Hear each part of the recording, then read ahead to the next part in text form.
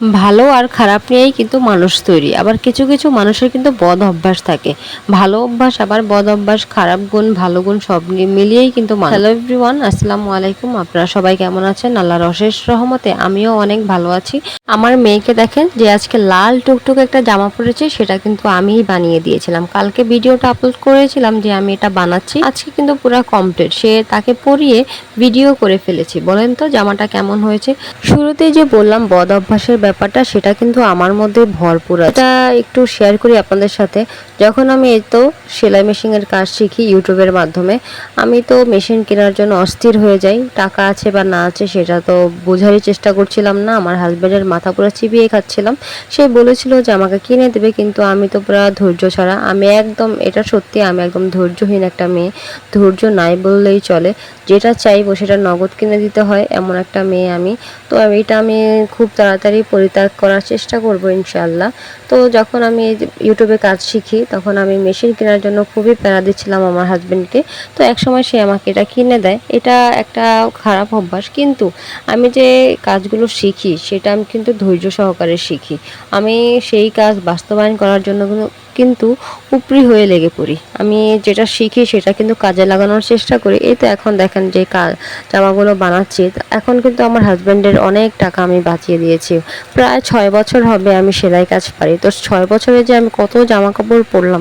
ঢাকা শহরে থাকতে গেলে যারা যারা থাকেন তারা জানেন যে কত পরিমাণ টাকা লাগে একটা ড্রেস বানাতে। সামান্য একটু ডিজাইন দিলেও কিন্তু কত পরিমাণ মজুরি লাগে।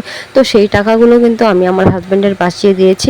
এক সময় প্যারা দিয়েছি, এখন কিন্তু আবার বাঁচিয়েও দিয়েছি। সেটা ভালো গুণ না খারাপ গুণ সেটা আপনারা বলবেন।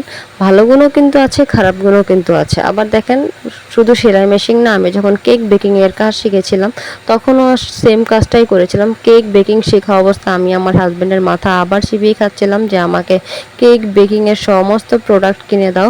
মেশিন সব কিছু কেনার জন্য তাকে তো পুরা আবার মাথা চিবিয়ে খাচ্ছিলাম। তো এক সময় সেটাও আমাকে সবগুলো কিনে দেয়, একদম ইত্যাদি যা যা লাগে সব কিছু। অনেক পরিমাণ টাকা গিয়েছিল, তারপরেও সে আমাকে কিনে দিয়েছিল। সে সব সময় আমার আশাগুলো পূরণ করে, একটু দেরি হলেও কিনে দেয়, আবার যদি সামর্থ্য থাকে সাথে সাথেই কিনে দেয়। এমন সে সব সময় চেষ্টা করে আমার সবগুলো আশা পূরণ করতে, আমার চাহিদাগুলো পূরণ করতে।